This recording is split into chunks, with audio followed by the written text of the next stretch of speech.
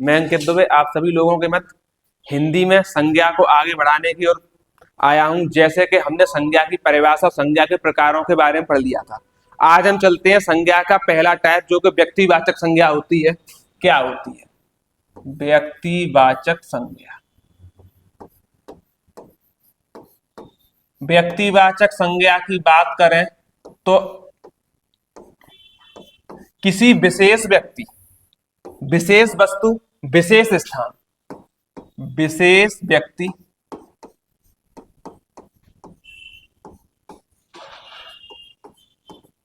विशेष वस्तु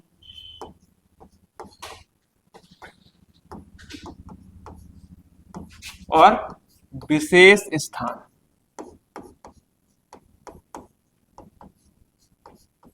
का बोध कराने, का बोध कराने वाली संज्ञा।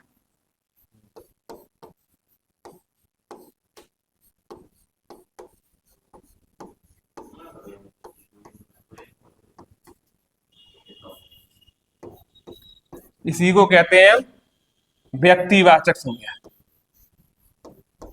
व्यक्तिवाचक संज्ञा कहलाती है।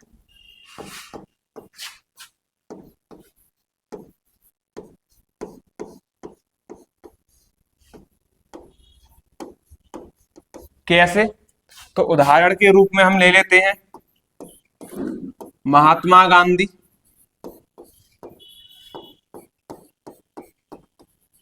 ये विशेष व्यक्तियों की बात करें तो महात्मा गांधी हो गए, जवाहरलाल नेहरू हो गए, JL नेहरू।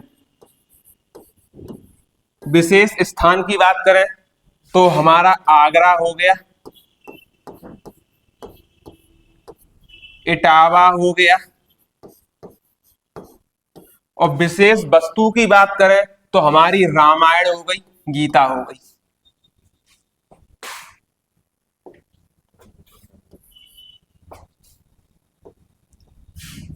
रामायण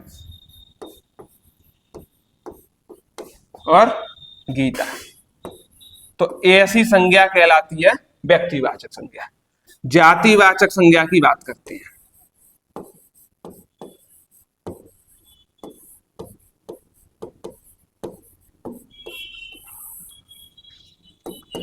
जाति का बोध कराने वाली संज्ञा जातिवाचक संज्ञा कहलाती है।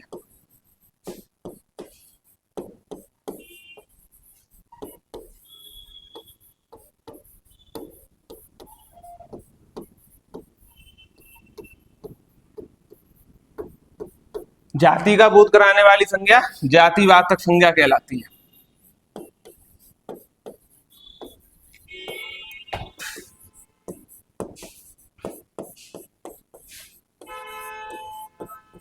जैसे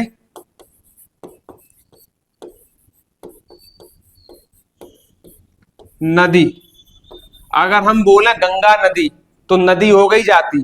अब नदी तो आ जाएगी जातिवाचक संज्ञा में, नदी हो गई, तालाब हो गए, किताब हो गई,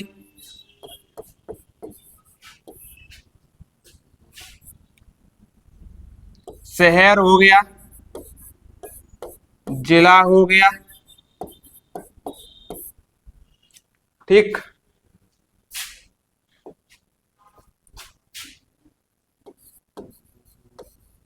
व्यक्तिवाचक व जातिवाचक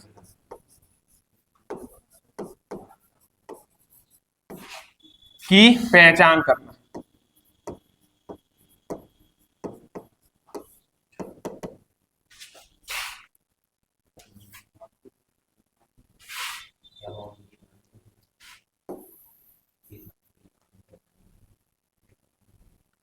इन दोनों के बारे में बात करें व्यक्तिवाचक और जातिवाचक में, जैसे हमने बोला, क्या हो रहा है,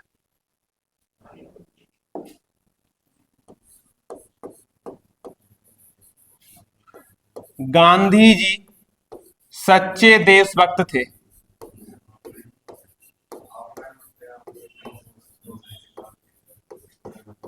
तो ये तो हो गया हमारा गांधी जी जो है इसमें वो व्यक्तिवाचक की बात है, ये व्यक्तिवाचक में आ गए। अगर हम बोले हमारे यहाँ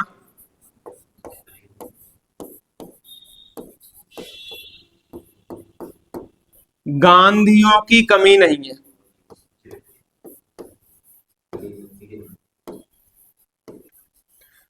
हमारे यहाँ गांधियों की कमी नहीं है, तो यहां पर जो गांधियोयों वर्ड आया वो हमारा आया जातिवाचक के हिसाब से। इस हिसाब से गांधी जी तो इसमें व्यक्तिवाचक हुए और गांधियों हो गए जातिवाचक। अब बात ये आती है, क्या व्यक्तिवाचक संज्ञा होते हुए वो जातिवाचक हो सकती है, या जातिवाचक संज्ञा होते हुए उसका व्यक्तिवाचक के रूप में प्रयोग कर सकते हैं या नहीं कर सकते हैं। अब वैसे अगर हम बोले तो गांधी जो संज्ञा है वो आएगी हमारी जातिवाचक में, क्योंकि वो जाति का बोध करा रही है। ठीक, जैसे कोई भी नेता, राहुल गांधी, सोनिया गांधी, इंदिरा गांधी, इस हिसाब से वो गांधी जाति का बोध करा रही है। लेकिन यहाँ पर जो गांधी जी लिखा है वो स्पेशली महात्मा गांधी के लिए प्रयोग हुआ है, जिसलिए हम कह सकते हैं कि गांधी जातिवाचक संज्ञा होते हुए भी व्यक्तिवाचक के रूप में प्रयोग की जा रही है।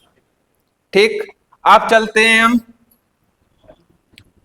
द्रव्यवाचक संज्ञा की ओर।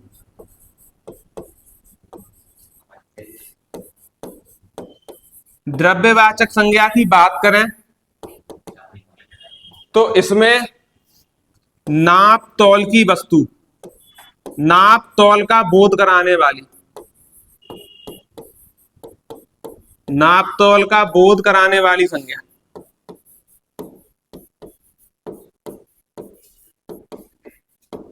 क्या कहलाती है? तो द्रव्यवाचक कहलाती है। जैसे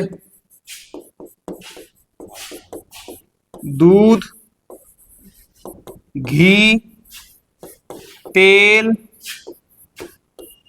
ठीक,